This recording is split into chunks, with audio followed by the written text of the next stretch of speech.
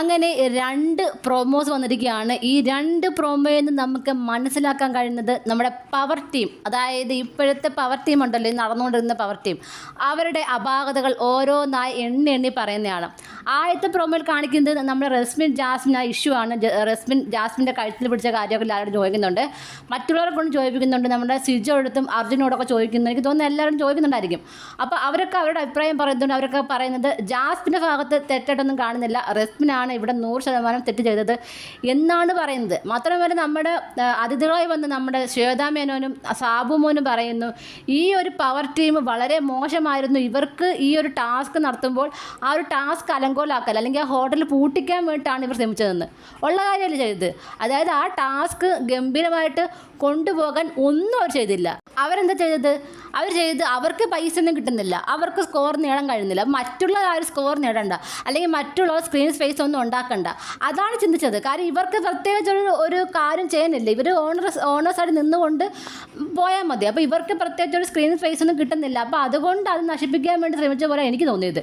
പലരും പറഞ്ഞു കേട്ട് ഇവർ ഓണേഴ്സ് ആയതുകൊണ്ട് ഇവർക്ക് മറ്റുള്ളവർക്ക് സ്കോർ കിട്ടാതിരിക്കാൻ വേണ്ടി ചെയ്തതാണ്. പക്ഷേ അങ്ങനെയല്ല, ഇതൊരു ടാസ്ക്കാണ്. ആ ടാസ്ക് ഗംഭീരമാക്കാൻ പവർ ടീമിന് കൂടെ ഉത്തരവാദിത്തമുണ്ട്.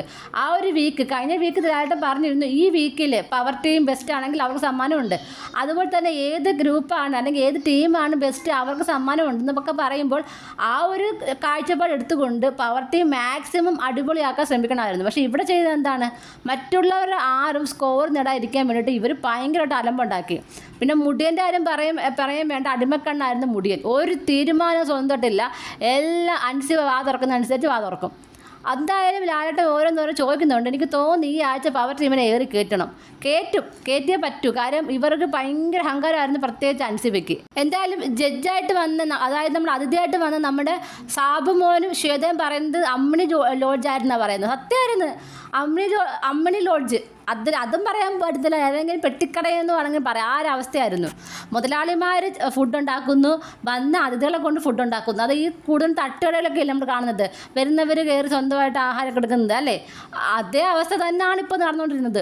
എന്തായാലും ഞങ്ങൾ ഭയങ്കര സംഭവമാണ് എന്ന് വിചാരിച്ചുകൊണ്ടിരിക്കുന്ന പവർ ടീമിന് ഏറ്റവും നല്ലൊരു അടിയാണ്. പ്രത്യേകിച്ച് അൻസിബയ്ക്ക് നല്ല കൊട്ടിന് കൊടുക്കണം. എന്തായാലും ലാലേട്ടൻ ചോദിക്കുന്ന തരത്തില്ല. കാര്യം ലാലേട്ടന് ഒരു സോഫ്റ്റ് കോർണർ ഉണ്ട് അൻസിബയോട്, അതുകൊണ്ട് തന്നെ ചോദിക്കുന്ന എനിക്ക് അറിയില്ല. ചോദിച്ചാൽ അടിപൊളിയായിരുന്നു. കാര്യം പ്രേക്ഷകർ ഒരുപാട് പേര് ആഗ്രഹിക്കുന്നുണ്ട് അൻസിബയ്ക്ക് ഒരു കൊട്ടിൻ്റെ ആവശ്യമുണ്ടെന്ന്. അതുപോലെ ശരണ്യ ആ മുട്ടയെടുത്ത് ആരും കാണാതെ പ്ലേറ്റിലിട്ടത് അതും കൂടെ ചോദിക്കണം. അത് അത്യാവശ്യമാണ്. കാര്യം എല്ലാവരും ഒരെണ്ണക്കാണ്, അല്ലാതെ പ്രത്യേകിച്ച് കുറച്ച് പേര് മാത്രമല്ല ഇതുപോലത്തെ ആ കാര്യങ്ങൾ ചെയ്യുന്നതെന്ന് കാണണം. എല്ലാവരും ഇതൊക്കെ തന്നെയാണ് ചെയ്യുന്നത് ആ വീട്ടിൽ. എന്തായാലും കണ്ടു തന്നെ അറിയാം ലാലേട്ടന് എന്തൊക്കെ കാര്യങ്ങളാണ് ചോദിക്കാൻ പോകുന്നതെന്ന്, ആരൊക്കെയാണ് പുറത്തു പോകാൻ പോകുന്നതെന്ന്. മിക്കവാറും ശരണ്യ പുറത്തു പോകും, ശ്രീരേഖയും പുറത്തു പോകാനാണ് ചാൻസ്. എന്തായാലും നോക്കാം ഇതിലാണ്ട് ആരൊക്കെയാണ് പുറത്തു പോകാൻ പോകുന്നതെന്ന്. നിങ്ങൾക്ക് എന്താണ് തോന്നുന്നത്? നിങ്ങളുടെ അഭിപ്രായം താഴെ കമൻറ്റ് ബോക്സിൽ മറക്കാതെ രേഖപ്പെടുത്തണം. കൂടുതൽ ലൈവ് അപ്ഡേഷനുമായിട്ട് ഉടനെ വരുന്നതായിരിക്കും.